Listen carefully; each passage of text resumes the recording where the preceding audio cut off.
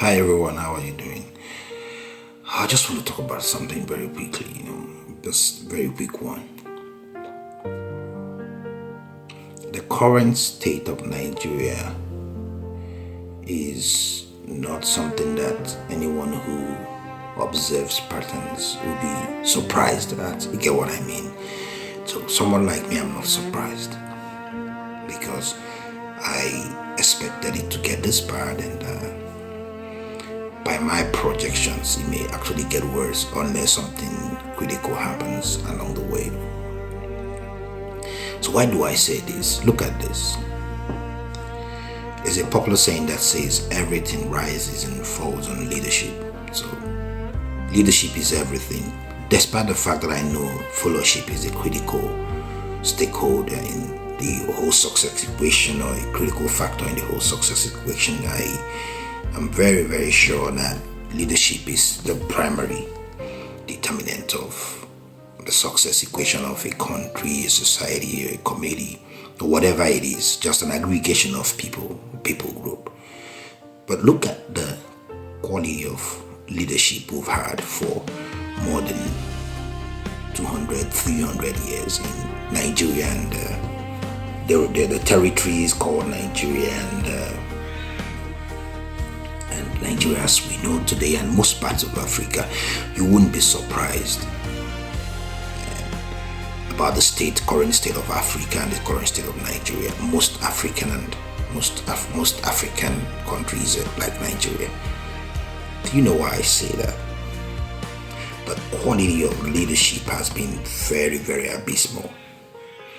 When you look at the quality of leadership we've had consistently, over the past 200, 300 years, you will discover one thing.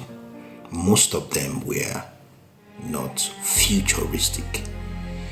Most of them were living for themselves. They lived for themselves. They were very myopic.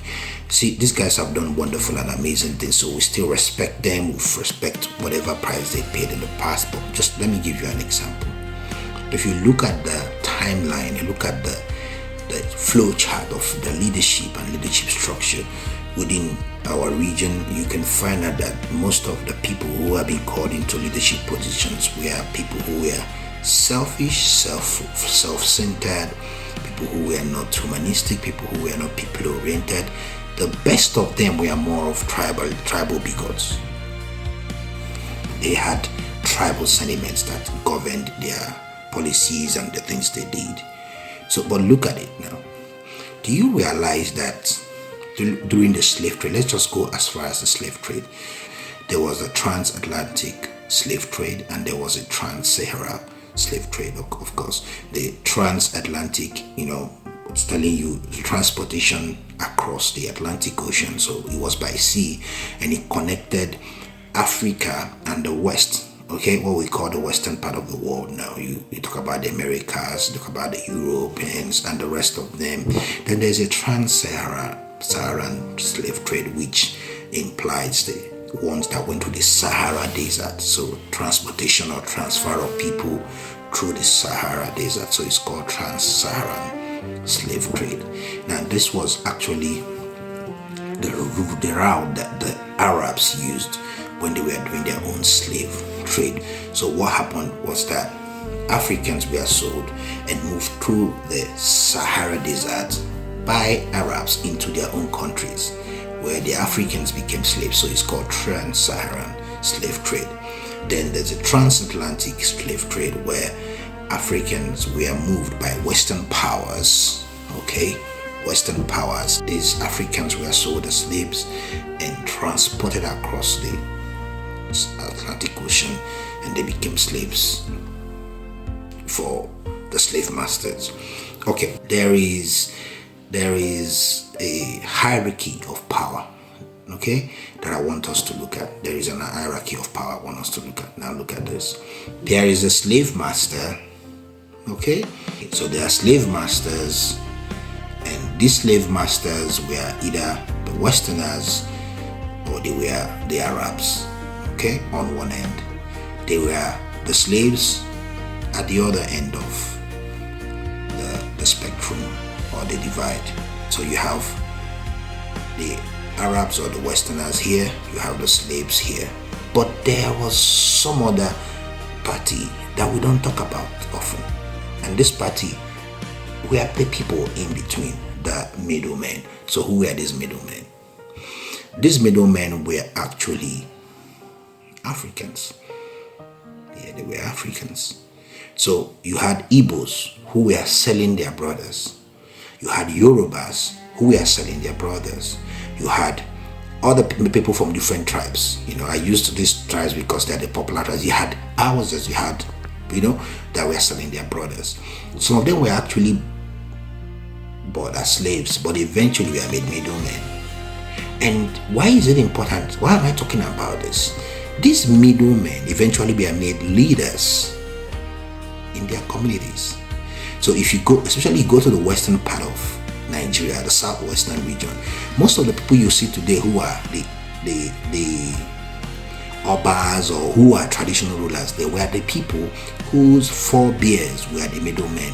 They were actually those who were in charge of housing, keeping, transportation, the logistics of moving these African brothers and sisters across to the Westerners. If it was in the north, across through the Sahara to the Arabs. These were the people who were made leaders. And funny enough, they are still leaders today. They are being celebrated. They are being honored for doing what? For being middlemen in the business of selling their brothers and sisters. These were the people who were made leaders because they were serving the interest of foreigners by selling or coordinating the sales of their brothers and sisters. And these are the leaders. Now, you see this change of leaders, they were very selfish people. Up to today, they are being celebrated. They have palaces, they have castles, they have thrones established in their names, and their grandchildren or their children have maintained the leadership structure in those communities. Go down to the pre-independence era. That's when you saw the likes of Azikiwe, Awolowo, and lots of them who began to champion the cause of liberation of Nigeria from Western leadership and the rest of it. And eventually they became leaders. You go back. Today, most Igbos or most Southeasterners are not very happy with Azikiwe. Why? Because while most of the other leaders were more interested in their own people, he was preaching Pan-Africanism or nationalism. Now, that's to tell you that most of the leaders then were also interested in themselves, in tribal interest. Okay? Now, what do you expect when you are a whole, complete whole, but in that whole, most of the so-called leaders were interested in tribal matters, tribal interests. They had tribal interests to protect. You don't expect such a community to grow. Remember, the first set of leaders, for the warrant chiefs, all of those people, most of them were people who were loyal to the forces outside the country, who weren't loyal to their brothers. So they were protecting their interest.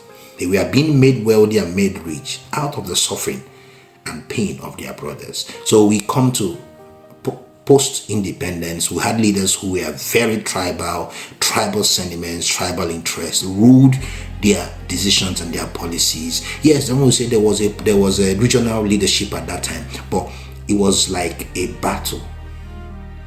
Now, after then, you had the military juntas that came on board, but let's just jump them. Of course, you know that they were never for the people. Most of them weren't for the people. They were just looting and doing all sorts of things. But let's just come to the democratic dispensation that followed the failure of the first one and the Second Republic, when Obasanjo and the rest of them came on board. Now look at the quality of the leaders who've been coming. They've been very, very selfish. They've been very, very anti-people.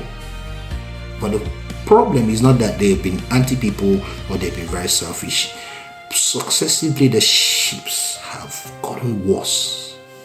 You can see that the political leadership terrain of Nigeria has been filled up with men and women who had personal interests. So what do you expect? such a society will only get degraded. Such a society will only get worse. It will only get bad. And that's what you're seeing today. Let me tell you something. When Buhari left, no one knew that Tinubu would be worse. When Tinubu leaves, another person is going to come is going to be worse than Tinubu, unless the people shake up the system. Let me inform you that most of the people you see, those unknown faces you see during the political meetings and the rest of them, they are worse than the people who you know now.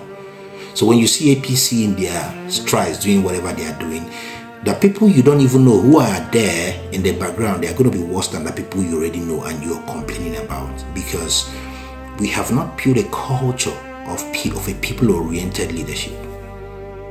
We've not built a culture of a leadership that is responsible and responsive to the people. We've had a long list of people dating back as far back as 200, 300 years who have been in leadership positions for themselves and for their families. And like I said, the best have been for their tribe.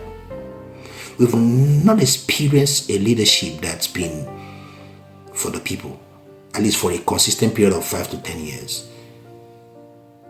And that's why the country is this way. Why am I saying this?